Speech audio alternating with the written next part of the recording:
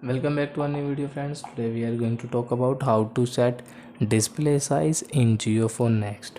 How can you set display size in JioPhone Next? Today we will talk about this setting. So before starting video, friends, I want to tell you, if you're new in my channel, so please go and subscribe my channel, click the bell icon and like my videos, friends. So now friends, let's start video. So first of all, open your setting app.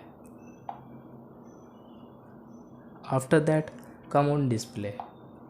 Sorry friends, click on display, and guys, click on advanced. Come on display size. So guys, you can set your display size small, default and large.